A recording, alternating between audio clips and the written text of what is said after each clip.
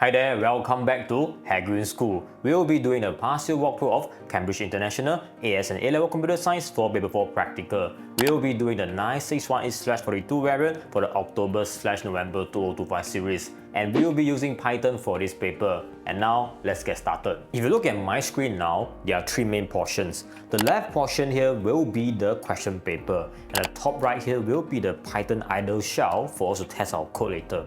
And the bottom right here will be a Python file. I will save a Python file for each question. For example, we have question1.py here. You can save this file at anywhere, it doesn't really matter. For example, I created this solution folder here, and then I have like question1.py, question2.py, question3.py, and then we have the 3data.txt, which is for question3.py here. So just save it at anywhere, and then we can get started. And now, let's look at question 1.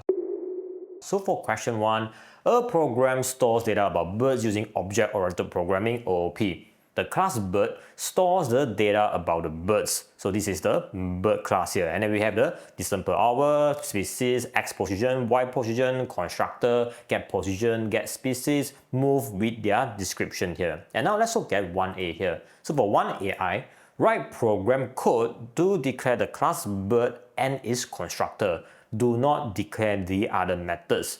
All attributes should be private. Use your programming language appropriate constructor. If you are writing in Python, include attribute declarations using comments. And this is a 4 marks question here. And then if you look at this question1.py here, I have written some comments here. For example, F5 to run, so this is just a shortcut key to run the file later on, Control P to run previous command, Control N to run next command. And then I have this format for majority of questions. So we'll be using this template for most of the question in this walkthrough itself here. And now let's start with 1AI here. So for each question, I will write down some tips for each question. I won't be doing this live, I have written all this beforehand to save you some time here. So for example, for this 1AI here, this is a private attributes. So comment for private attribute because this is Python. We are doing Python for this walkthrough here. And then we have distance per hour, which is a real parameter here. So if you look at, just go back to the previous page here, we have distance per hour, real here.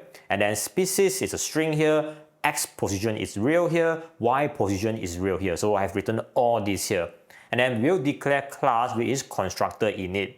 And then the input parameter will be distance per hour and species. Because if you look at this here it says that constructor initializes species and distance per hour to the parameter values, initializes x position and y position to 500. Therefore, x position, y position will start with a value of 500. And now let's do this together. So I will start from writing the class bird here. So class bird, and then colon here, and definition, underscore, underscore, init, underscore, underscore, bracket self here. And then what will be the input parameter? Will be this distance per hour. So let me just copy and paste here, comma here, and then species as well. So these two will be the input parameter. For x position and y position, we will just initialize them with a default value here. So, and then colon here, and now we'll be passing this input parameter to our private attributes. So how do you write private attributes for Python? You can just write self dot and then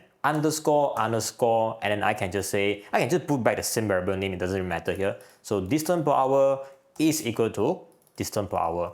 So this is the input parameter and this is the private attribute here. So let me just put a space here. And then I can just copy this for the remaining four variables here. So, and then paste here.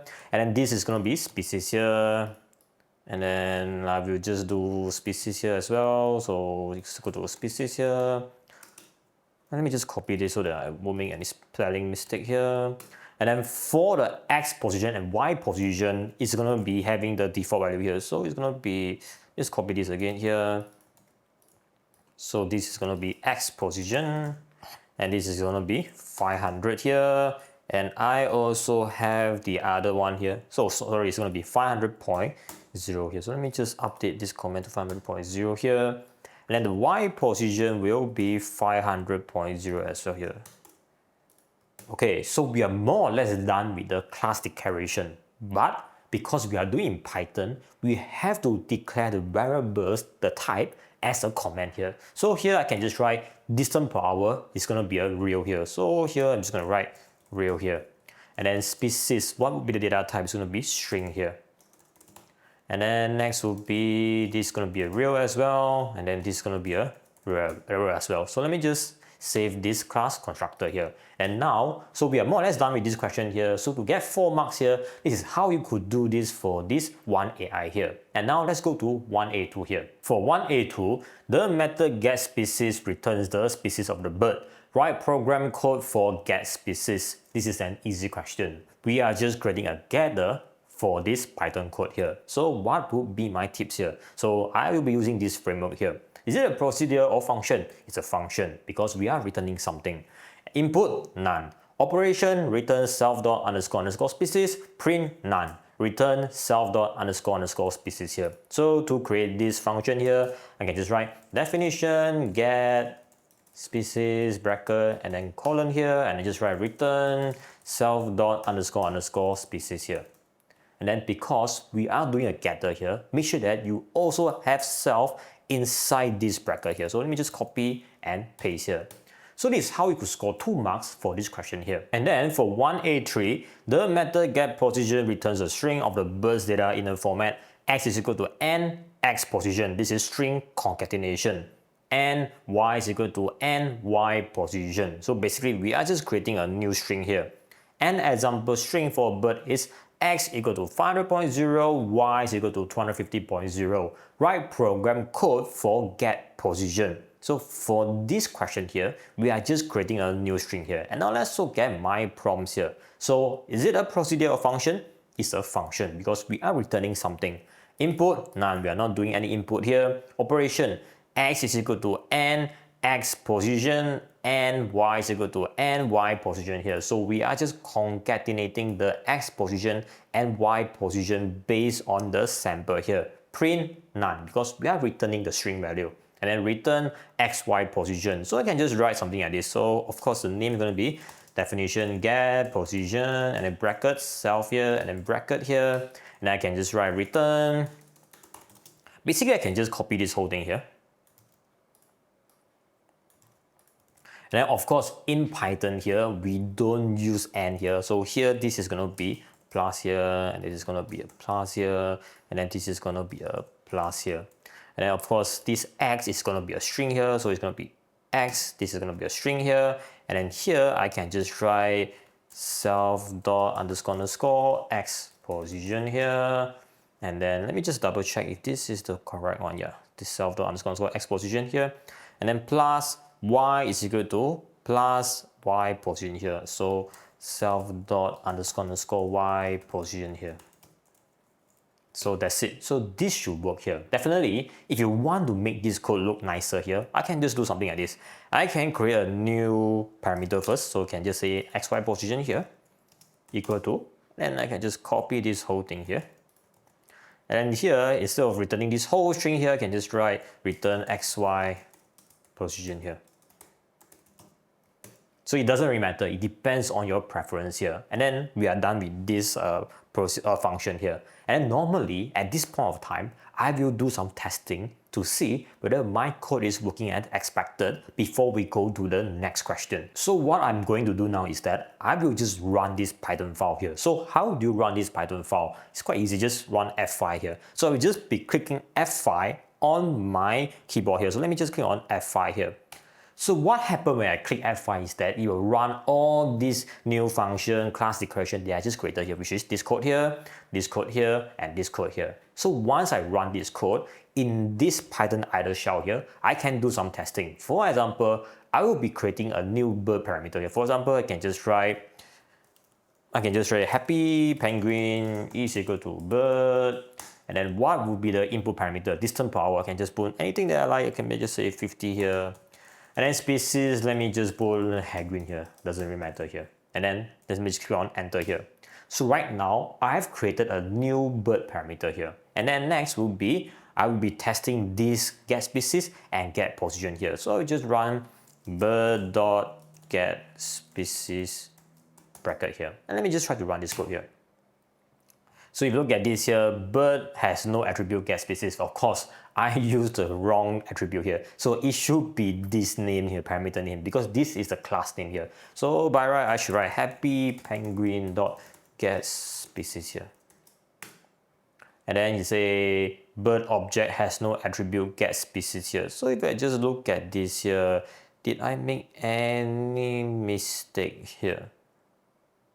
So if I look at this, oh yeah, so this is due to the indentation error here. If you look at this here, we have the class all the way to the left here, and here, by right, this definition here, it should be within this class itself here. So let me just do some changes here. So let me just copy this here, highlight this here, and then click on tab here. So right now, it belongs to the same indentation as the init class here. And if I just go to the bottom here, this is definition get position, I have to do the same as well. So tab here. And let me just save the file again, and let me just run the file again. So F5 here. And then same thing again, I can run the previous command here. So it will be Control P here, what would be this one here. So happy penguin, and then happy penguin dot get species here.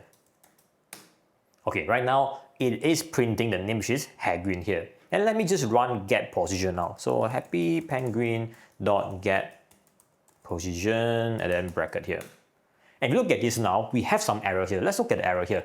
Type error here. Can only concatenate string, not float to string here. Okay, this is a common error here. If you look at the code here, this 500.0 for X position and Y position here, both these are real number here, meaning that right now when I do concatenation here, Python will say, hey, this is string. So by right, this should be string as well. And this should be string as well. But right now, this is a float here. So what I do here is pretty simple here. I just convert this into string here. So I can just add string bracket and then another string bracket here. Let me just save it again and then run F5 again. And I have to run everything again. So Control P. So this one here and then Control P again. Also Control N here. So let me just run get species first.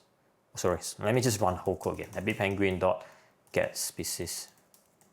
Okay, so it's working. And then let me run happy penguin dot get position as well. And look at this now. X is equal to 500.0 space Y is equal to 500.0, which is exactly the same as what the question is asking. So by right, once we test run this code, I should be able to score full marks for these 4 marks here, these 2 marks here, and these 3 marks here. Now let's go to question 4 here. So for question 4, if the bird is traveling north, the vertical position increases. If the bird is traveling south, the vertical position decreases. If the bird is traveling east, the horizontal position increases. If the bird is traveling west, the horizontal position decreases. The method move takes the direction of travel as a parameter in the form of N for north, S for south, E for east, W for west. Takes the number of minutes that a bird has been flying to the nearest minute as a parameter. Calculates the distance traveled by the bird using the formula. Distance traveled is equal to distance per hour divided by 60 times minutes flying. Updates the vertical or horizontal position using the distance calculated. You do not need to validate the parameters. Write program code for move here. So basically what this question 1 is that if it goes north, vertical plus. If it goes south, vertical minus. If it goes to the east, horizontal plus here. And it goes to west, or horizontal minus here. So right now, let's look at my prompts here. So is it a procedure or function? It's a procedure since we are not returning anything from this procedure. Input, what will be the input? So we are taking 2 input parameters. North, south, east, west. So this can be the input parameters, and this is the direction of travel here. And then the next parameter would be number of minutes flying here. And what will be the operation? Distance travel is equal to distance per hour divided by 60 times minutes here. So what happened here is that we have this distance per hour from our initial declaration here, distance per hour here. And then we will divide it by 60 and then times this number of minutes flying here. And then as I say, if N and then Y position increase, if south, Y position decrease, if east, X position increase, and if W, X position decrease. And then we'll be updating the X position and Y position accordingly. And then of course, we are returning none value for this procedure here. And the good thing is we do not have to do any parameter validation, because based on this question here, you do not need to validate parameters, because right now we assume that we will be inputting either north, south, east, west. There's no weird values that is going into this procedure here. And now let's write this procedure together here. So first of all, let me just write definition move here. And then as usual, we'll be just writing south here, since this is the OOP question here. And I will be putting two input parameters, which is direction of travel here, and then number of minutes flying here. So this can be any names that you want here, just that I put number of minutes flying here, since it makes more sense here. And then bracket here. And next, I will be calculating this distance travel first. So distance travel here, let me just write distance, just copy this here. And then let me just change this to capital here, and this is a capital as well here. It's equal to distance per hour. So where do I get this distance per hour? We get this from this OOP constructor here, which is this self dot underscore underscore distance per hour. So let me just copy this here, and then divided by 60, and then multiply by minutes here, which is this input parameter here. So this is how you can get the distance travel here for x or y here. And then next, we will be just doing some if-else statement here. So I can just write if direction of travel is equal to, let's start with north here. Then self dot, so what will be updated here will be the y position here. So what is the y position parameter name? It's going to be this one here. So copy here. And then come to here. Equal to this one here plus this distance travel here. Okay, so this is for north here. And then for south here, it should be an else if here. So let me just copy this here. And then put it as south here. And then this, copy this here. And then this is going to be south dot minus distance travel here. And then right now we are done with north and south here. And then we will be doing for east and west here. Let me just copy this here. So normally I don't write the code from scratch here. I just copy from the top here to reduce some error here. So this is gonna be a east here. Of course, right now for east is gonna be x position. So make sure that you update this to x here. Let me just double check the parameter name. So it's x position here, and then this is gonna be x position here, and then this is gonna be a plus here. So x plus here, and then finally will be west here. And then this is gonna be a minus here. So that's it. So this is how you can do move for this 5 marks question here, which is quite straightforward here. For B, the main program creates two instances of bird. The first bird is the species cockatiel and flies 71.0 km per hour. The second bird is the species macaw and flies 56.0 km per hour. Write program code to declare and initialize the two birds. So this is a 3 marks question here, which is pretty easy here. We are just creating two instances of bird here. So if I look at my tips here, just say declare and initialize two instances of bird here. So for the name, I can put anything. I just put like first bird. And I will be creating this constructor here. So it's gonna be bird, since this is gonna be my name here. So class bird here, and then bracket here. So what will be the input parameter is gonna be distance per hour and species here. So distance per hour is gonna be 71.0 here. And then the species here is gonna be cockatiel here. So let me just, I just copy it from here, so that I don't make any spelling mistake here. And just put it here. And then the second bird, I will just copy this first bird here and change it to second bird here.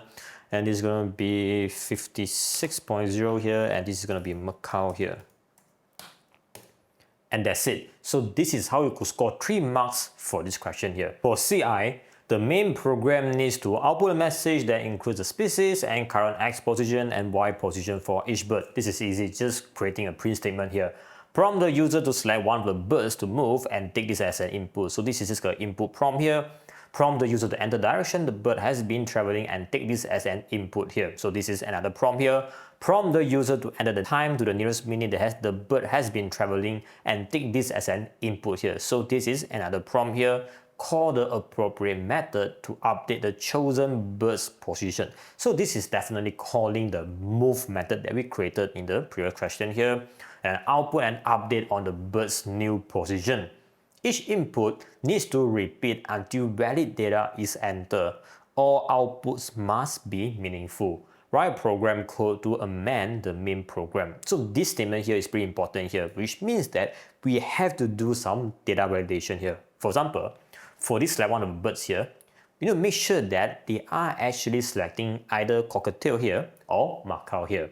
And then for this direction here, we need to make sure that they are actually selecting north, south, east, west here. And then of course for the nearest minute here, we have to do some checking here as well here. So this is what it means for this sentence here.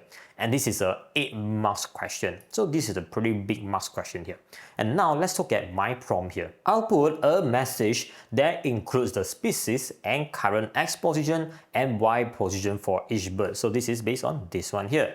Input one of the birds. Make sure the bird is either cockatiel or macaw here. And then input direction of travel, make sure it's either north, south, east, or west here. And then input number of minutes flying here, make sure it's between 0 to 500 here. So how do I know it's this range here? Because if you look back to the question here, here you go, it says that this is between 0 and 500 inclusive, meaning that the number of minutes flying actually has a range here. The minimum is 0 and the maximum that it can go is going to be 500 here. And then update the bird's position. Let me just look at this here again. And then, so here, update the bird's position based on cockatiel or macaw here. So this is based on the move method that we created here. And finally, we have to output the bird's new position. So this is quite easy. I can just run one again here, which is this code here. And now let's do this step by step here. So first of all, how do I run this output message? It's going to be pretty easy here. Just write a print statement here. So print, and what is going to be the input parameter here? So I will start with the name here. So I can just write first, what will be the input? So this first bird here. So first bird, and how do I know the name of this bird here, which is this cockatiel here? So what I do here is that I have to use the getter here. So this is the get species here. So I can just write first bird dot get species here. And then I can just put a comma here, and I can just write is currently at, and then how do I know the position here? I can just put X position and Y position. So I can just put first bird again, and then I will be getting the position here. So this is going to be dot get, what is the name here? This one here. So meaning that I will be combining this name here together with this get position here. So get position here.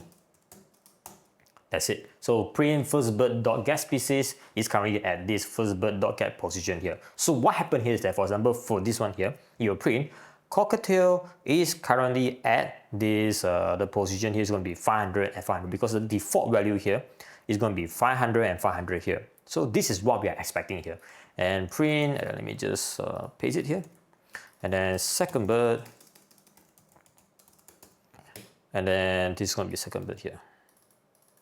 And before we move on to the next statement here, normally you just do some testing here. So let me just click on F5 here. And look at this here. It's working as expected here. Cockatiel is currently at X equal to 500.0, Y equal to 500.0. Macaw is currently at X equal to 500.0, Y is equal to 500.0 here. So this is how we can do for this first statement here. And now let's go to the second statement here. Input, input one of the birds, make sure the bird is either cockatiel or macaw here. So here, for this second statement here, I can just put, let me just create some input parameter name. Let me just select the bird here. And then input, I can just say, please enter your bird. It has to be either cockatiel, I don't have to have this. I can just write cockatiel or macaw here. That's it. So this is how you can write here. Basically, it means that I write an input statement saying that, hey, please enter your bird. It has to be either cockatiel or macaw here. And then we will be getting this selected bird here.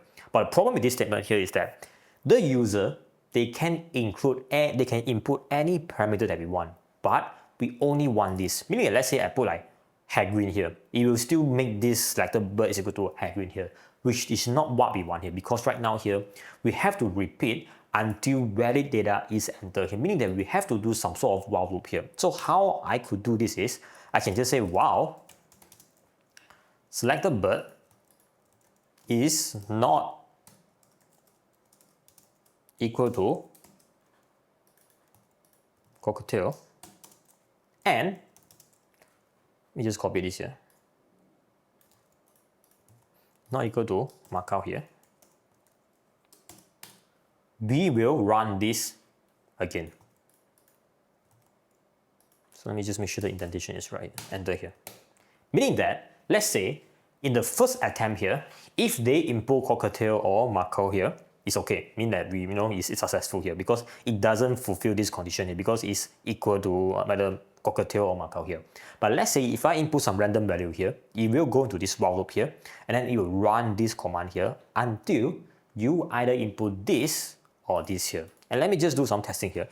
Let me just do some print here as well here, just to show you what happens here. So maybe I need a print here as well here. Okay, let's look at this tool here. So if I just click on F5 here, so let's say if I just put some random value here, I put happy penguin here. Look at this here. Happy penguin, which is the wrong statement here. Please enter your bird. It has to be either cockatiel or macaw here. And then let me just run macaw here. Oh, sorry, wrong spelling here. Macaw here. That's it. So now the program ends because right now I have input the right statement here. So this is how it works here, which is the validation here. So let me just delete this print here and this print here as well. And then for the third input here, input direction of travel, make sure it's either north, south, east, west. It's the same thing again, just that right now, instead of like cockatiel or macaw here, we're just gonna do north, south, east, west here. So I can just copy this here. I can just put direction of travel is equal to please enter your direction of travel. It has to be N for north, S for south, E for east, W for west. And then we are done here. Let me just put an enter here so that it's easier for us to see here. Now, of course, for this print statement here, so this is for demo sake here. Normally, if I want to put in 2 lines here, I have to put a apostrophe here, and then put an apostrophe here. Of course, you don't have to do that. You can just put in 1 line here because for this demo here, I'll make sure that you understand what I'm trying to write here. And then next will be just this while loop again here. So let me just copy this here. And then while direction of travel is not equal to north, and just copy this as well here. And then south here. And as I say, for demo sake, I will just do this in multiple lines here. So to do multiple lines here, I have to add bracket here. So bracket here. And then can just put here. And then just put N here. Then east, and then N, and then west here. And then close the bracket here. And then I will run this again. So which is this code here. And then it should work here. And no, just try the code here. So I can just put like print direction of travel here. Save it here. And then right now, let me just click on F5 here. Go back and just put like macaw here. And then the direction of travel, let me just put some random value. I put like hello. So it doesn't work here. And then maybe I can just try like N here. So right now, it works here. And then of course, if I want to try, just try for all the 3 more values here. So F5 here, macaw here, and then south here, and it's working here. And then F5 again, macaw here. And then east here is working here, F5, and then macaw here, and then finally rest here. So right now, the code is working as expected. It doesn't take anything except for north, south, east, west, which is NSEW here, which is our data validation here. So let me just delete this print direction of travel here. So this is how you could do troubleshooting as you create your code to make sure that your code is more or less accurate here. And next, which is number 4 here, input number of minutes flying, make sure it's between 0 to 500 here. So this is easy here. I can just put, so for this one here, it's a bit different here. So for number of minutes flying here, I will just assign a default value of, let's say, -1 here. And then I will be just writing a while loop here. So because I need to make sure that this fits within the range of 0 and 500. So I can just say, while number of minutes flying less than 0 and number of minutes flying, no, it should be more than 0 or less than 0. Number of minutes flying is more than 500.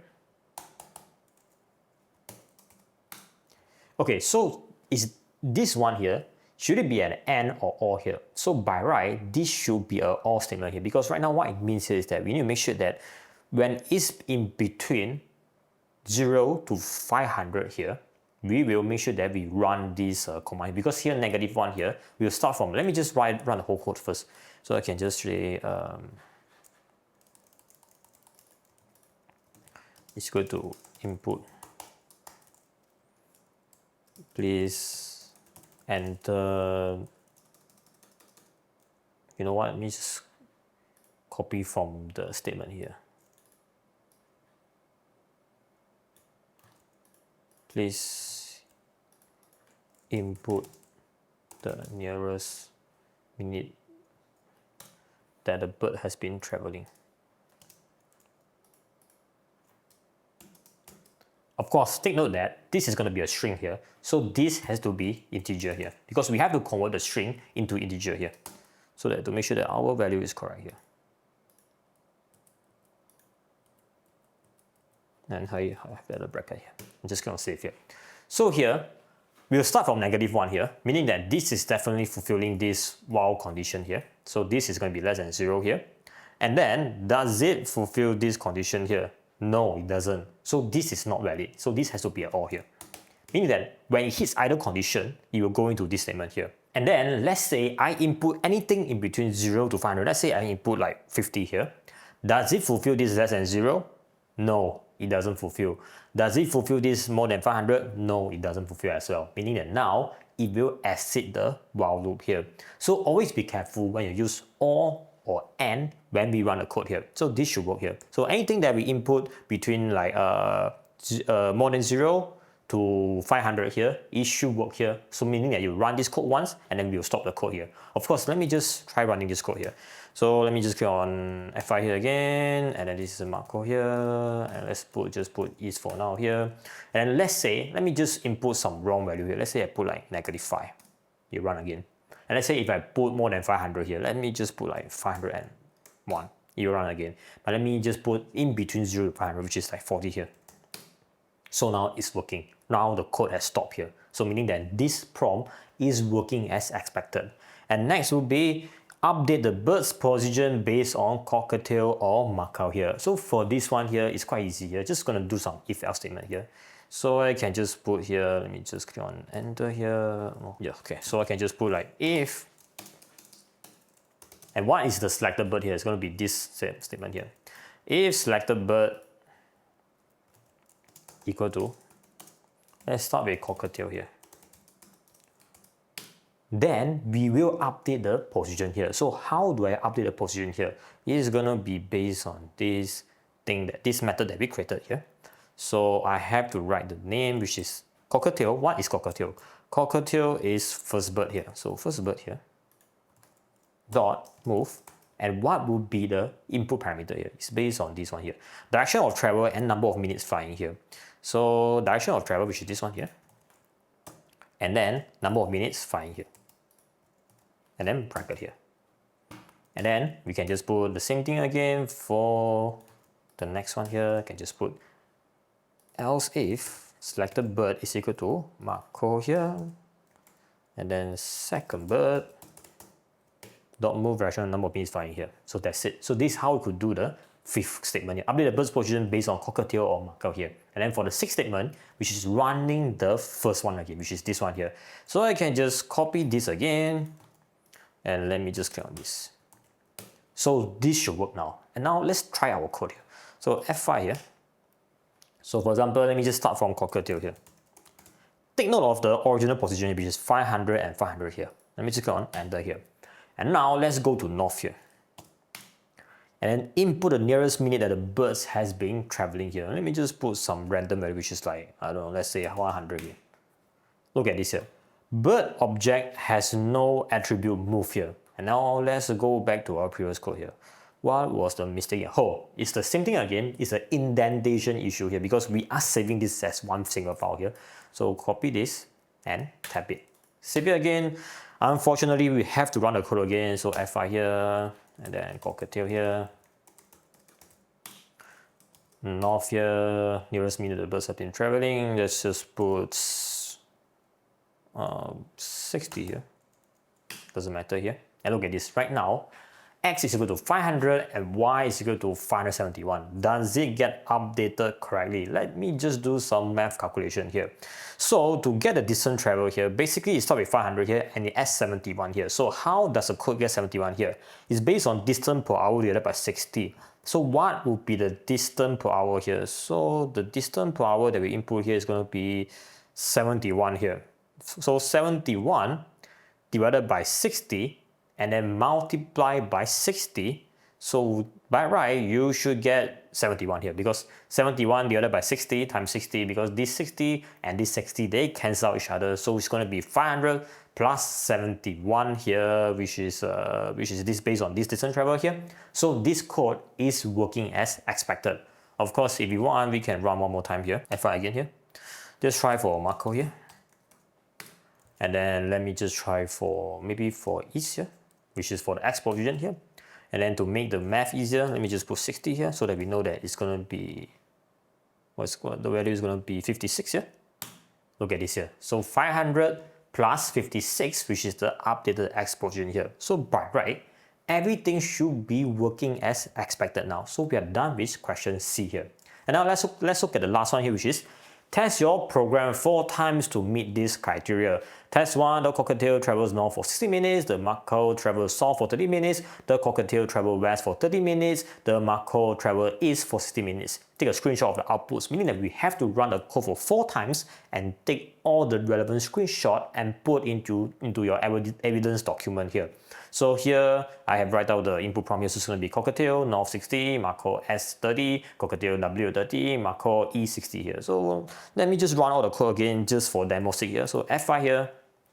So start from cockatiel here, north 60 here. Look at this here, 71 here. It has been updated, the Y value here. And then next will be running this again. So this could be macro here. And then south. So south is going to be adding, it's going to be decreasing the Y position here. So this is 30 here. So look at this here. Now Y has go to 472 here. And let me run one more time here. And then this is going to be a cockatiel here. And then it's going to be west here. So west will be decreasing the X value here. So it's going to be 30 here. So when I look at this here, this X has been decreased to 464.5 here. And then finally F5 here. So it's going to be macro here. And then east. And then 60. So this will be increasing the X here. So then 60 here. So it's going to be 500 to 556 here. So this is how we can solve question 1 here. If you follow my process step by step here, this is quite an easy question. And now let's go to question 2. A program stores 20 unique random integers between 0 and 100 inclusive in a one-way array that is local to the main program. Write program code to declare the array local to the main program and store 20 unique random numbers between 0 and 100 inclusive in the array. And this is a 3 marks question here. And now let's look at the prompt here. So first of all, we have to create an empty array. And next, we have to generate a 20 unique random numbers from 0 to 100 here. And what do we use to generate the random number? We will be using this random.random integer here. And then finally, we will append the random value into the array here. And now let's go through step by step here. So first of all, I will create an empty array. I can just put any name that I want here, just call it as my array here. And then in order to generate 20 values, I will be using a for loop here. So for index in range 0, 20 here, meaning that we will start from index 0 all the way to index 20 minus 1, which is 19 here. So 0 to 19, we will have 20 values here. And then to generate random number here, I can just say random number is equal to random.random integer, and the range is going to be 0 to 100 here. And then finally, after finishing this, I will just append this into the existing array. So I just write my array dot append and then random number here. And then let's just double check my output here, and let me just run the code here. So name error, name random is not defined, you forget to import random here. So let me just import random myself here, and let me just run the code again. And right now we have generated the random values here, which is 20 values here. But I need to make sure that all the values are unique, because sometimes when you run this random.random integer, it might repeat the value again here. So in order to make sure that it's unique, I will be doing something like this here. I can just say while random number in my array, meaning that if the new random number that we generate appears in the existing array, we will run the code again to make sure that all the randoms value, they are unique within this array itself here. And let me just save it here. Let me just run the code again here. And now we can make sure that all this value here, it doesn't repeat because of this while loop here, and all these are unique 20 values here. And now let's look at B here. The procedure print array takes an integer array as a parameter. The procedure outputs the array contents on a single line with a space between each integer. Write the program code for print array, and this is a 3 marks question here. And then for the prompt will be, is it a procedure or function? It's a procedure since it doesn't return any value. Input integer array. Operation outputs the array content on a single line with a space between each integer. So this is the sample output here. Of course, I have some prompt here where I say that remove the initial spacing. So later I will show you here, I will be doing some optimization here just to remove some spacing here. And then what do we return? We return none here. So the key thing about this question here, we are just printing the output string here. So what do I do here is that first of all, I will create the procedure here. So what's the name of procedure? It's going to be definition print array here. And do we have any input parameter? Yes, we have. We can just call it as input array here. And next, we will be doing the append here. So in order to do the append here, first of all, I will be creating the empty string first. I just say output string equal to empty here. And then next, inside the loop here, I will be running, since we know the range is going to be 0 to 20 here, I can just run same thing again for index in range 0 to 20 here. And then I will access each element to make sure that it prints out this statement here. So I can just say output string is equal to, I'll just copy this again, plus, and then we're gonna be having some space here, and then plus, and what is the name of the array? It's gonna be input array, and then index here. And then finally, once we are done with the output string here, we will just print the output string here. And now let's look at this here. If I run the code here, so I can just run F5 first. So this is our array here. And then inside this terminal here, I will just run the procedure here. So print array, and what would be the name of this array? This array is called my array here. So my array. And look at this here. So right now we have some problem here. Type error can only concatenate string, not integer to string here. Meaning that because all these here, they are integer value within the array itself here. So here, just put string. Meaning that we will convert all the integer into string in order for this to work, because we are outputting a string here. And then let's just run the code again here, F5 here, and then Control P here. And this should work now. But now the problem here is that you can look at this here. There is some spacing here. And then, yeah, so basically there's some space here before we add the new input string here, which is not what we want here. So in order to solve that, I can do something like this here. I can say that for the output string here, I will start with the first value of the array, meaning that I will say I will start from this input array 0 here. Meaning that I will put this 85 as a first value within the string first. And then of course I can just say this is going to be a string as well. And then I can do this from index in range 1 to 20. Meaning that I will start from the second element here. And this should work better now. And let me just run the code again here. And then so this 48 here. And then if I run Ctrl P again here. And here you go. Right now, it doesn't have any spacing before the numbers here. So all this is working as expected here. So this is how we do question B here. And then for C, the function bubble sort takes an integer array as a parameter, sorts the data into ascending order using a bubble sort, returns a sorted array. The function needs to work for an array of any length. Do not use an inbuilt sorting method. Write program code for bubble sort. This is a 5 marks question here. So for this question here, if you know bubble sort by heart, if you know the exact coding, this is just a 3 mark question here. So now let's look at the prompt here. So first of all, is it a procedural function? Yes, it's a function here. Input, integer array. Operation, bubble sort array. Output, none. Return, sorted array here. So what I do here is that I will just ask my student to copy the code that they memorized for my FastTrack program. So in my FastTrack program, normally I will tell the student the exact coding to use for each algorithm here. So let me just copy my code that I teach in my program here, and let me just paste it here. So this is the exact coding here. So if you look at this here, so this is the bubble sort, this is the name of the function here. This will be the input array here, and then we are just doing a double to for loop here to do the comparison and do the sorting here. So as I say, if you know bubble sort coding by heart, this is easy here. And this will be the coding here. And now let's just do some double checking here. So how do I check this code whether it's working as expected? It's quite easy here. So first of all, let me just remove this first, since this is not something that we want here. We don't need print array for my existing coding here. And let me just click on F5 here first. So when I run this F5 here, it doesn't print anything since I've removed the print statement here. But I could run this print array again first. So print again my array here. If you look at this right now, this is not being sorted here. And next, I will be running the code here. So I can just say print array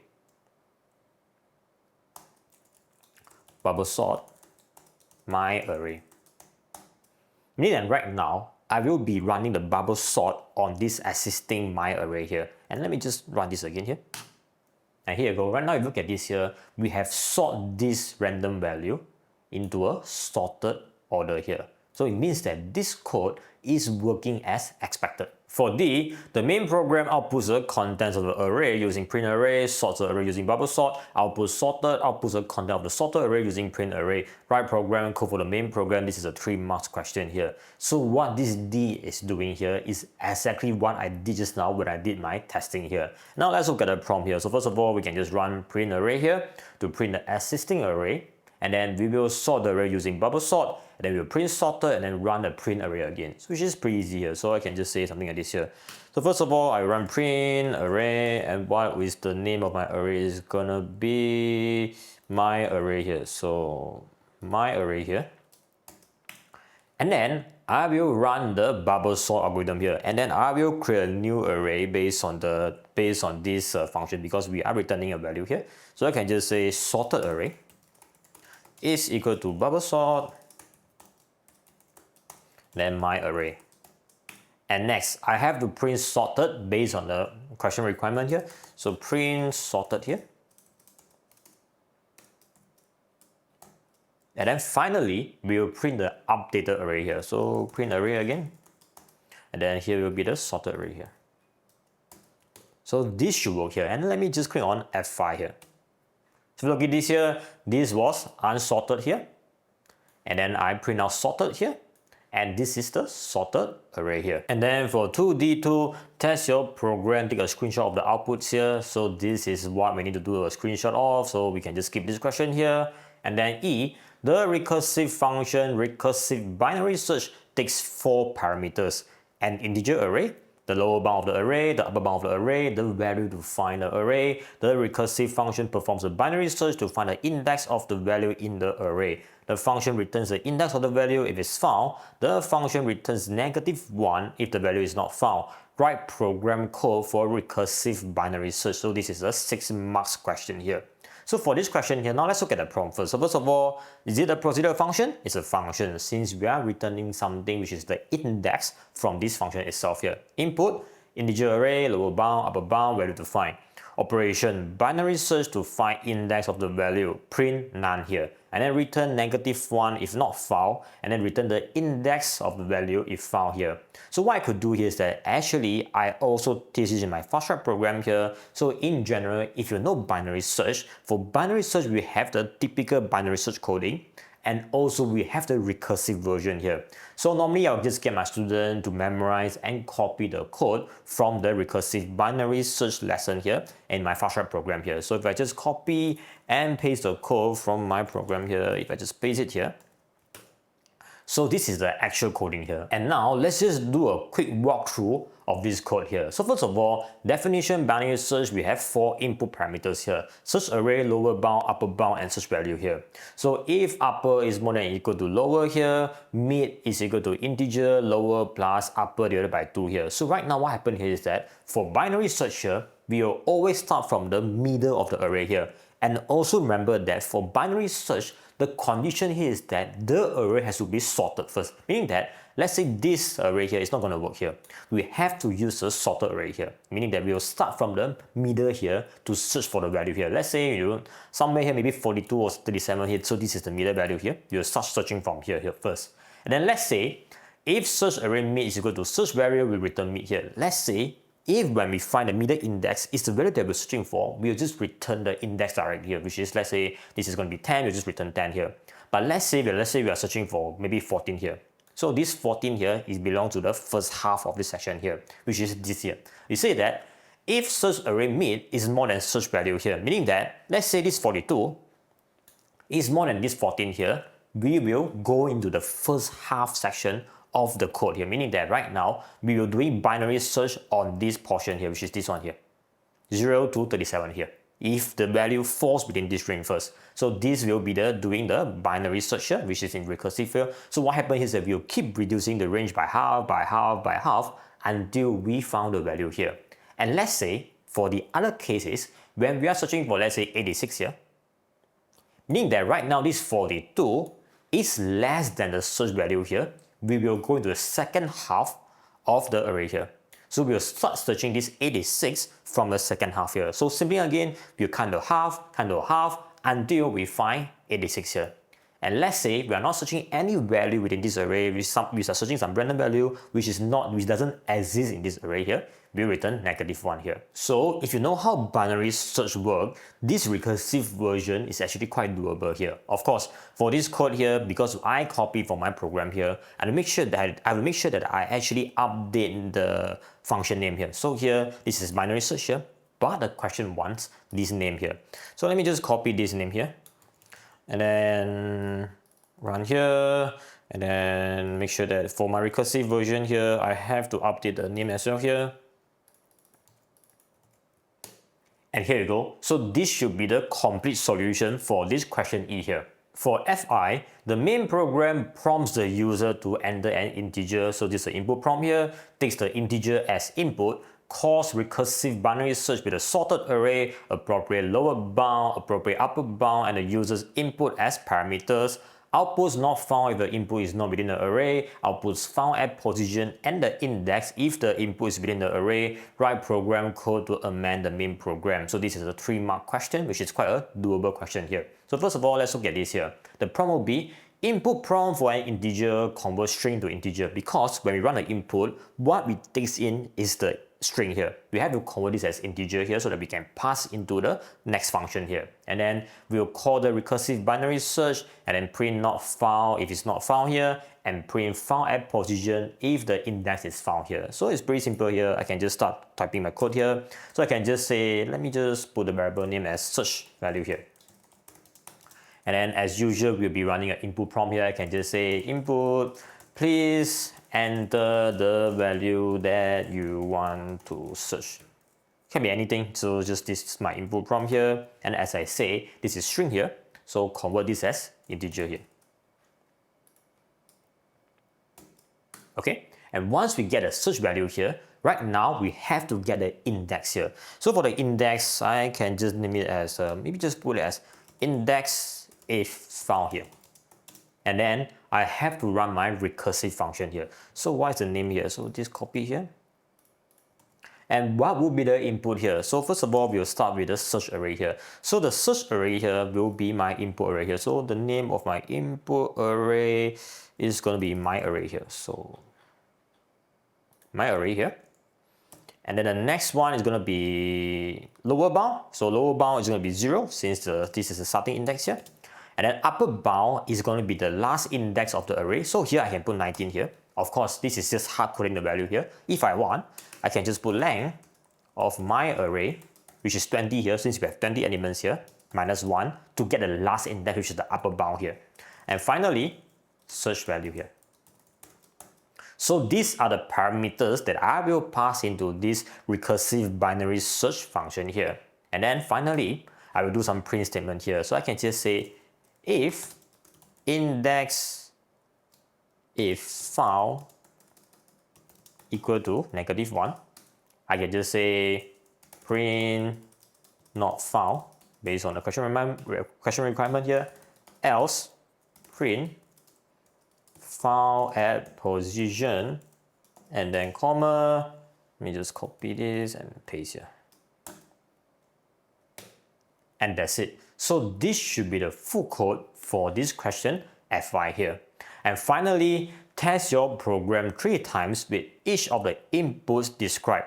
Test 1, the smallest number in the array. Test 2, the largest number in the array. Test 3, a number not in the array. Take a screenshot of each output. So we have to run the code for 3 times to test our code here. So the prompt will be test 1, smallest number, largest number, a number not array. So 3 tests here. So let me just write test 3 here.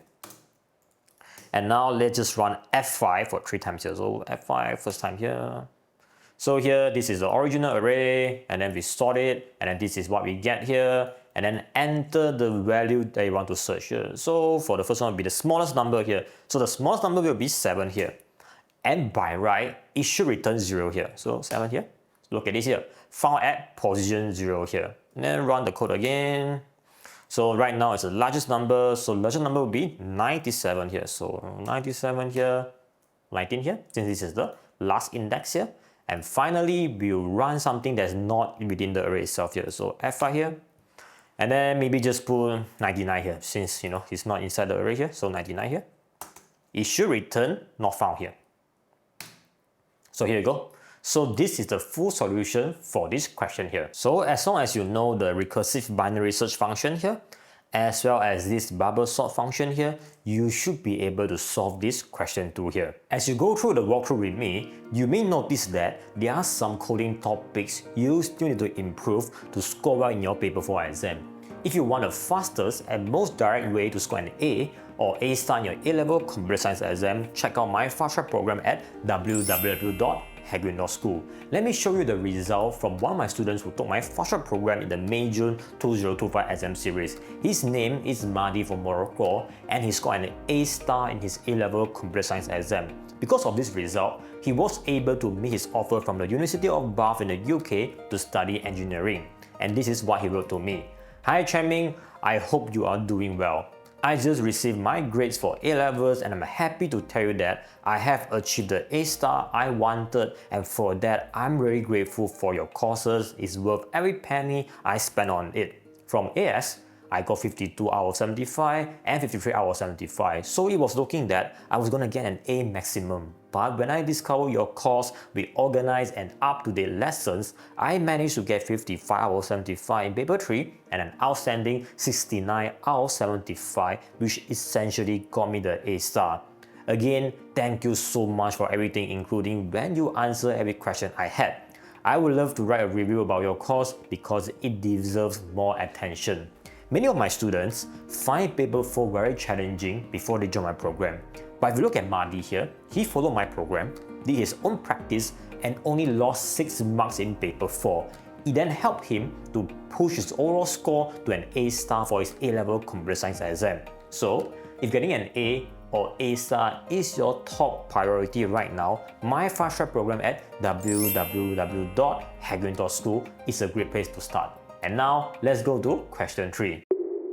A program stores integers in ascending order in an ordered binary tree. The tree is implemented as a 2D array. Each node is stored with 3 values, a pointer to the left node, the data a pointer to the right node. All null values are stored as -1. The binary tree can store up to 50 nodes. Nodes cannot be deleted from the binary tree. The binary tree is stored as a global array with the identifier tree array. The left pointer, the data, and the right pointer of each node are initialized to -1. The global variable root pointer stores the index of the root node in the tree, initialized to -1. The global variable free node stores the index of the next free node in the array, initialized to 0. Write program code to declare an initialized tree array, root pointer, and free node. So this is the 3 marks question. And now let's look at the prompt here. So for this 3A here, I have drawn the visualization here for you to understand better on the question requirement. What happened here is that this binary tree is stored in a 2D array. So these are the rows and these are the columns here. So we have 3 columns here, which is the left node here, the data here, and the right node here. So we can just imagine every row we have 3 columns here.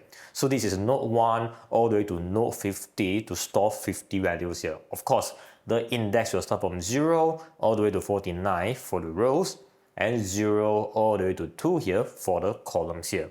And for this question, we have to initialize 3 things. The 2D tree array, and the root pointer, and the free node equal to 0 here. So this is what we need to do for this question here. So let's start with the 2D tree array here. So how do I do that is that I have to create this table here, kind of this table here, for this tree array here, which is pretty simple here. So first of all, we will initialize an empty array here. So I can just write tree array equal to empty array here.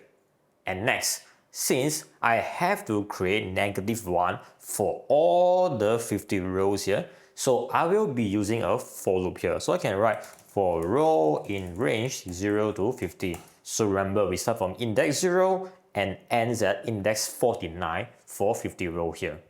And then now, I can create new row for every single row here. So every single row here, we have a -1 here, which is pretty simple. I can just say new row equal to -1, -1, -1 here. So right now, I am creating this row number based on the visualization here. And next would be pretty simple here. I can just write tree array dot append and then new row here. So that is how you can create this 2D array here. We create a new row and then we append them row by row until we reach row 50 here. And next will be the declaration for these two here. So here is pretty simple here. They are global, so I can just put root pointer equal to -1 and then free node equal to 0 here.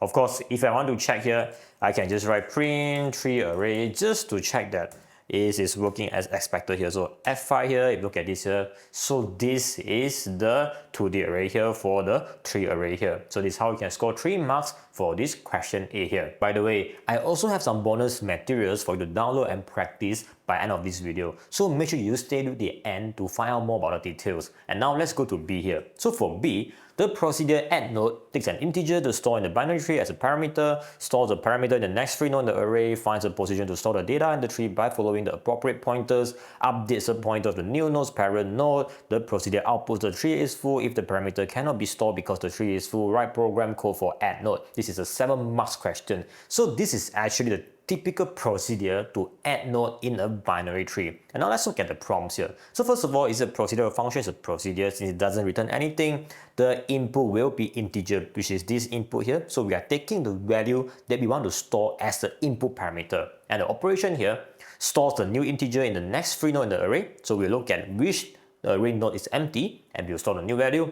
Find the position to store the data in the tree, and then update the pointer of the new node's parent node, and then print the tree is full when the tree is full. Return none, since this is a global tree array. We'll be using global variable in this procedure itself here.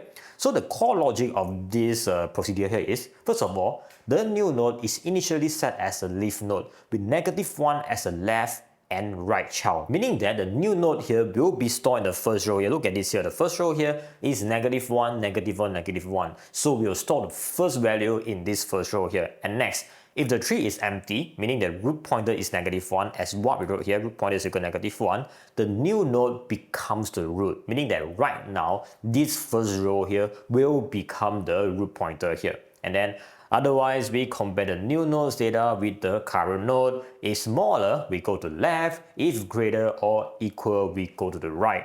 This process is repeated until we find an empty spot for the new node. So the core logic for this algorithm here will be, where should we put our new data in? Of course, this is quite a complicated code here, and definitely in my program, I do teach my students as well here. So let me just copy the full code here, and then we can just quickly go through the code here.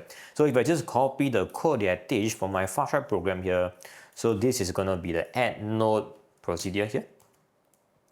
So of course, you look at this here, this is why I teach my program here. It looks a bit different from the question requirement here, because for this question here, they only need one input parameter, which is the root pointer here. So look at this here, no sorry, not the root pointer, which is the thing that we have to add in, which is the node data here. Meaning that for this add node here, it's a bit different from my original procedure or function here. So what I do need to do here, I need to do some modification here. It means that for all these input parameter here, all this will be turned to global instead here. So let's say for array nodes here, for this question here, is called tree array here. So what I need to do here is that I have to replace all this array node here with tree array here. So let me just do Command R here.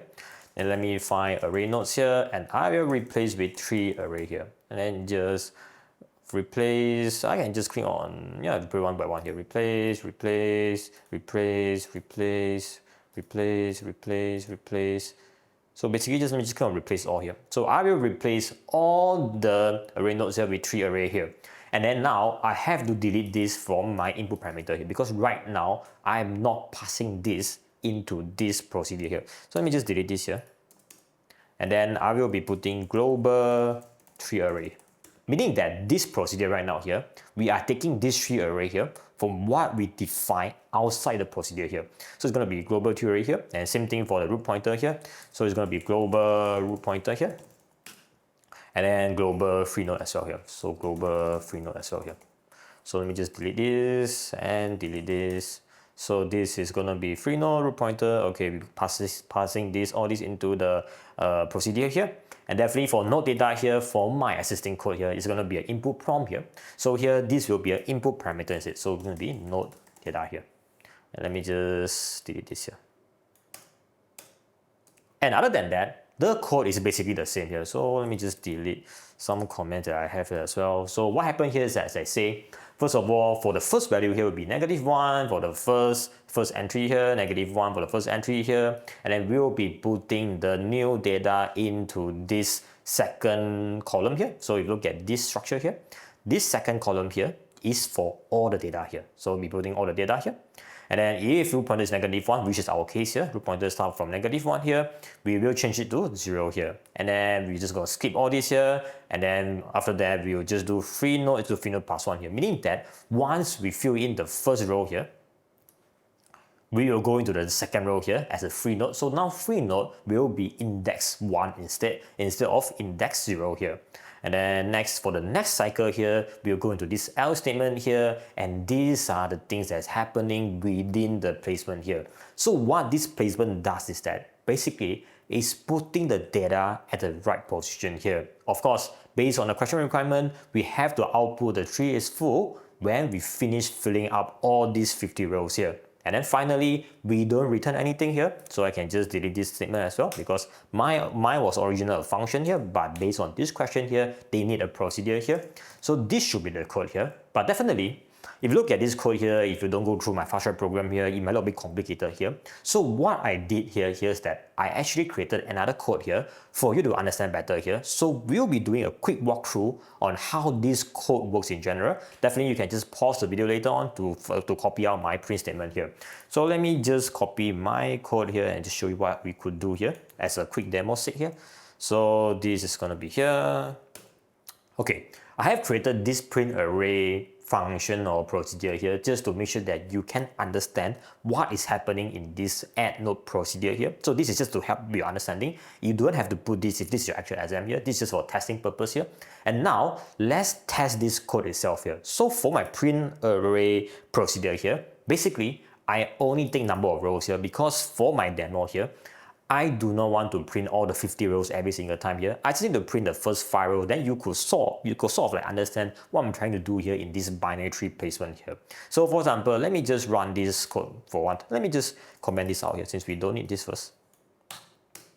Okay, so if I run the code here, we will just initialize this tree array here with 50 rows or -1 here. And then we will add 5 rows into this array here so that you can understand better here. So let me just click on F5 here. Okay, of course I will save it. And then, okay, right now we don't have any error, which is a good thing here. And next, so now, let's start with the first print array here. So let me just print array here. As I say, I will only print the first 5 rows here, just for your understanding. So 5. Okay, bang. So this is the first variable. We have the index here, the left pointer, the data, and the root pointer here. The root pointer -1, free node is equal to 0 here. So this is based on the question here. Look at this here. Root pointer -1, free node equals 0 here. So this will be updated as we add more values into this binary tree here. So first of all, we will add some random value here. It doesn't really matter here. Add node. And then here, I'll be passing the number that I want to add into this binary tree here. For example, let me just add, I don't know, just put 20 here. Doesn't really matter here. Okay, done. We have added 20 into this binary tree. So our expectation would be this data, by right, it should be updated to 20. And then root pointer will be updated to 0 here. Because right now you can just imagine the binary tree, the top will be 20 here. So that is the root pointer here. Of course, free node will go to 1 here. Because the next free node, which is our new data after 20 here, will go into this second row here. So let's just print array here. And then 5 again here. And bang, look at this here. Look at the changes here. So -1 become 20 here. Root pointer goes to 0 here. Free node go to 1 here. So this is what we exactly expect here. Of course, and then now let me just add more value here. Okay. Now let's test whether the placement of left and right is working as expected. Of course, we know that when we add new value, it's going into this row here. But does it go to the left pointer or the right pointer? It depends on the value, because if you look at the code here, if it's less than, we go to the left. When it's more than, we go to the right. So let me just do some testing here. For example, now I'm going to add a value that is less than 20, which is 10 here. So my expectation is this is going to be 10 here, and it will go to left pointer here, meaning that this left pointer -1 here, it should be updated to 1 here. And of course, root pointer remains at 0, and free node will go into 2 here, because this will be filled in after I run this code here. So add node, and then print array file again. Here you go. So 10, this is 1 here. Okay, so this is less than. So you can just imagine we are now building the structure of the binary tree. Then now let's just go through quickly here, add node, and now we add a value that's more than 20 here, which is, let's say 50 here, doesn't matter here. So now the expectation here is that this will be 50, and this should go to the right pointer here. So you can just imagine 20 at the top, left hand side is 10, and right hand side is 50 here. So 50, and then print array. Here you go, 20 then 50, and this is 2 here, meaning right now 20 on the top, left is 10, right is 50 here. So we are done with 3 numbers here. And now let's just do 2 more rows just for demo sake here. And now let me just add node here.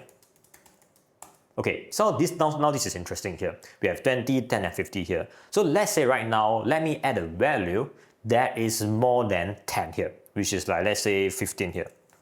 So Can you predict where does it go? We know that 15 is going to be on the third row here, definitely. So this is the new value. It's going to be here because the free node is going to be 3 here. But which value will be updated? Will be the right pointer of this 10 here, because right now it's more than 10. So it will go to right hand side of 10 here. So by right, this -1 should go into 3 here. And then same thing again. Look at this, 3 here. And of course, right now, if I want, let me just try on the 51, which is this 50 here. So let's say right now, I will be adding 60 here. So maybe not 60, maybe just slightly more than 10, but less than 50. Maybe just put 40 here. So let's say if I add 40 here, can you predict where does the 40 go? Does it go to this or go to this? And now let's test it out here. So I just put on 40 here. And then if I just go to print again, look at this now. So right now, 40 is actually belongs to this here. It's his left pointer, which is on the left hand side of 50 here.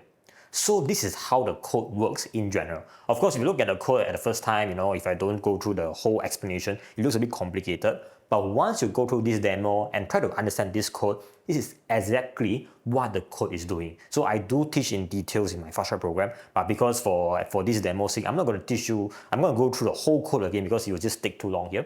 So feel free to pause the video and try to understand the code here and go through my print array a few times. I think if you go up to 10 rows or more, you'll more or less understand how it works. Just that it takes some time for you to understand this code itself.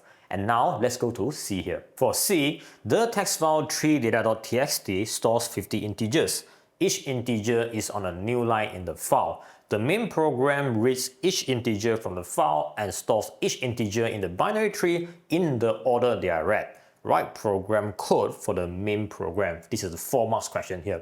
So this is a typical question to read data file, which is quite easy here. So first of all, normally what I do here is that I'll make sure that my file here and my 3data.txt here belongs to the same folder so we can access the file directly here. And now let me just open up this file just to see what's the content in this file here. So we look at this is the file here. The good thing is there's actually no space after the after the numbers here or before the numbers here, or else we have to do some stripping here. So this is gonna be 50 rows here, and these are all the numbers that we have to put into the binary tree here. So let me just close this first, and let me just move this as well here. And now let's just try writing the code now. So let's look at the prompt here. So this is the prompt here. So first of all, for file handling, for this paper 4 exam, we have to use try accept. We have to use try accept for all the file handling. And then I will read the file line by line, and then definitely we can use a for loop to read line by line all the 50 lines here. And then we will convert to integer and strip the empty space just in case. Because just in case, let me move back the file here. Just in case, we have some space after this, I want to make sure that I remove all the space here because I only want the integer value here. And then definitely, if next one is going to be, we will call the add node procedure to store the number here. So this is how we could do for this code here. So for file handling, normally I will teach my students to always just write the try accept first so that we can score the marks required for the try accept and all the handling here first. So try, and then I will open the file here. So file is equal to open. And what is the file name is going to be 3data.txt. So let me just copy from here, apostrophe, and it's going to be in read mode here. And let me just close it here. So this is how I open the file here. And then definitely I have to close the file later on somewhere after I finish my operation here. And then let me write accept here as well. And then meaning that let's say we cannot find the file, we can just say print, and then we can say error, cannot open file. So just by writing this, you can score like 1 or 2 marks, out of these 4 marks here. And then now it comes with the operation here. So for the operation here, it's pretty easy here. I'll be using for loop to read the file line by line here. So I can just write something like this: for line in file. Then right now we will read the file line by line here until we finish reading all the lines within the file itself here. And then I just have to run the add node function here. So add node. Let's go this here. What is the input parameter here? It's gonna be the node data here, which is what we're gonna read here, which is the line here itself here. Of course, you can just write line here. It should work, but definitely as I say, we are storing integer here. So I will store this as integer here. So make sure that this is what I do here. And definitely on the safe side here, as I say, I will strip all the empty space either before or after here. so that I only capture the numbers here. That's it. So this is what I can do here. But definitely, if you want, you could do something like this here just to double check if your code is working as expected here. We just printing. Let me just print this here. Copy this. Just to check whether it's working as expected here. Then let me just run on F5 here. It was not closed here, so something is wrong here. Oh, here we have to have one more bracket here. Okay, so F5 here. Okay, this here. Right now, we managed to read all the numbers from the file here. So these are all the numbers from the file here. So this is working as expected there. So let me just delete this print statement here. Of course, what I'm going to do here is that I will comment this out as well here so that it's not being used in the whole code itself here. So let me just comment everything here. Since we're no longer using this code here, so let me just comment this out here. And then we are left with the code that we need for this question here. So this is how we could do for 3C here. And now let's go into D here. For D, the procedure write all to file stores the content of tree array in a new text file with the file name tree.txt. The file tree.txt is not provided. We are creating a new file for this D here. Each node in tree array is stored on one line with a comma separating each value. For example, the current contents of tree array are all this index 0, 1, 2 here and these other values here. After writing tree array to the text file, tree.txt will contain -121, -130, -1. So basically following this format here. Write program code for write all to file. Include exception handling when writing to the file here. So basically this is just writing the file based on the content of this tree array here, which is pretty doable here. So let's look at my prompt here. So first of all, is it a procedure function? It's a procedure. It doesn't return anything. Input, no input. Operation, we'll just try accept for file handling in write mode here, and then we'll store content in tree array in tree.txt. So we will store all this content from tree array in this new file here, and then format is going to be left pointer, number, right pointer here. We don't print anything and we don't return anything. So this is just a very basic procedure here for writing a file here. So definitely what we can do here, we can just start with the name of the procedure here. So let me just click on enter here. Okay, so definition, and then write, what is the name of the procedure? Write all, well, let me just copy from here so that I don't make any spelling mistake here. Okay, and then does it have any input parameter? No, no input parameter here. So as I say, for file handling, the format is try, and then we have accept. And then we'll start with the opening file here. So file is equal to open, and then what's the name of the file? It's going to be tree.txt, and then it's going to be in write mode here. So I'll be writing a new file here. And then as I say, normally once we finish doing our operation here, we will close the file as well. So file.close here. So, and in between will be the operation here. And of course, for the exception here, let's say if we can't open the file for some reason here, we can just write print cannot write to file here. So this is the code for file handling, which is pretty straightforward here. We start with the writing, try, accept, print, close here. So this is the typical code for file handling here. And now let's start with the actual operation here. So here, we know that there are 50 rows here. So definitely just use a for loop here. So for row, in range, 0, 40 here. So index 0, all the way to index 49 here. And then now, inside here, I will be computing the string here, which is this string here. So this one here. So how do you compute this string here? It's pretty straightforward. We're just going to do some string concatenation here. So I can just say row text is equal to, I have to access the array now here. So what's the name of the array? It's going to be tree array here. So tree array here. And then we are accessing row by row here. So row here. Remember, it's 2D array here. So 2D will start from the row and then column here. So will be the first column here, which is the left pointer here. So this is getting this -1 here. And then we have to add a comma here. So I can just write plus comma here. And then of course, we just repeat this for the other two columns here. So I can just copy this. And copy this again. Let me just add a plus here. And this should work. So plus, so this is gonna be the data here, and then comma here, and then 3 array row. Okay, so we have 2 comma here. So 1 comma for this comma here, and then 1 comma for this comma here. So this is what we are computing here. Definitely, as I say, if you try to run this, definitely we will face error because this is all the integer value here. So I have to convert this as string as well. So string, and then this convert to string as well, and then this to string as well. Okay, so now we are done with computing this value that we want here.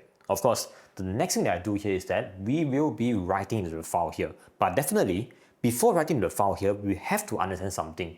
We have to add next line before we write the next line. Meaning that, let's say if I don't do a next line here, what happens here is that they will concatenate all in one line, like -1, 20, comma 1, and then -1, 30, comma -1. So I have to add a new line so that it will jump the new line for the next row here. So how do you do that is that we're going to be using a /n command here. So let me just do something here. So right now here, I can just write file.write, and then row text plus.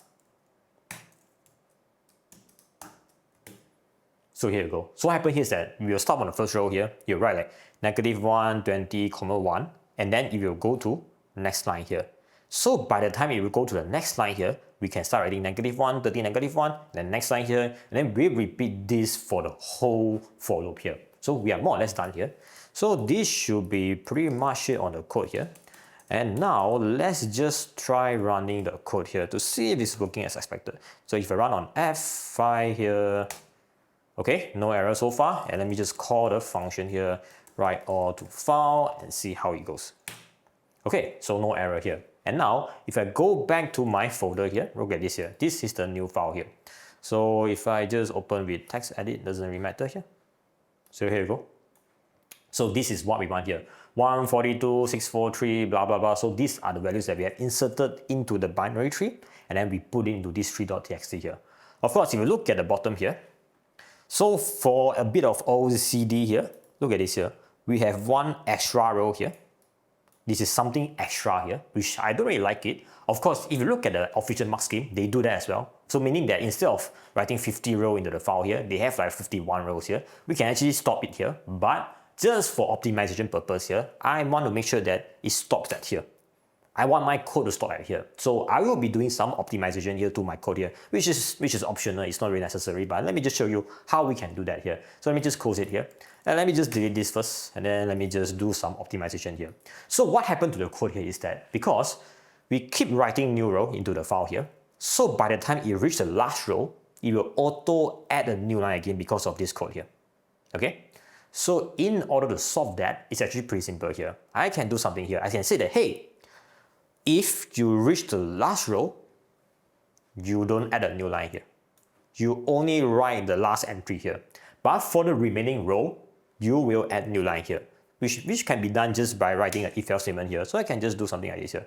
So if I just write if row equal 49, which is the last row here, I will be writing this here, file.write without this plus /n here. Meaning that, let's say it's the last row here, we only write the last row here, and then else we will do this here. Of course, you make sure that this is within the indentation here. So enter here. That's it. Meaning that for all the other row, we will always add a new line here. But for the last row here, we can just add the row text here. Of course, as I say, this is just an optional optimization. It's not really necessary. If you look at the mark scheme, they don't do that. But you know, as I say, I don't have to see the last row in my file here. And now let's just try writing the code here again. So let me just F5 here, then write all to file. Then let me click on enter here. So look at this, no error here. And if I just go back to my folder here, if I just open up the text here, so right now, look at this here. We stop at the last row here without a new line here. Of course, as I say, this is just an optional optimization here. And now let's go to the last question here. So the last question here will be, amend the main program to call write all to file, and then test your program and take a screenshot that shows all the contents stored in the file 3.txt. In this screenshot, you need to make sure that the file name is visible here. So as I say, we already tried this here, but of course, you know, for EI purpose here, I can just put write all to file here. So this is what I'm going to do here. I'm going to run this code within the file here. So if I run F5 again here, I should be getting the 3.txt here. So let me just come back to here. If I just delete this file here, and then if I just go to here and I just click on F5 here, so here you go. So right now, no error here. And if I just go back to my folder here, I can see that I can actually have this file here. So right now, I just have to take note of, you have to take a screenshot of this 3.txt together with all the content for this file here, and you should be able to score the last 2 marks for this question here. And lastly, remember about the bonus material that I mentioned at the beginning of this question here. So here, I have created this folder here for you here, whereby you have 2 versions of file for each question here. So for this question here, for example, question 3 here, so this one here will be the full version containing both the prompt as well as the solution for this question 3 here. At the same time, I also have this question 3 prompts on here. So if I open this file here, so this file here, it will only contain the prompts for all the sub-questions here, meaning that you can try to come up with your own solution by following the prompts here. For example, look at the prompts here and try to come up with your own solution. If you have mastered majority of the topics and with this prompt, you should be able to come up with 80% to 90% of the correct solution. So definitely feel free to download all the files here and try to practice on your own with your computer here. So definitely the download link is either in the description below the video or the comment section below. I hope you managed to learn something new from this partial walkthrough. As mentioned earlier, if you are looking for a systematic and efficient way to master paper 4 or even paper 3, check out my fast track program at www.haguin.school. I have helped students from over 30 countries to reach their target grade and get into their dream universities. So if you are serious about your result, this program is definitely for you. Lastly, I wish you all the best for your revision. Thank you, and I will see you again then. Bye bye.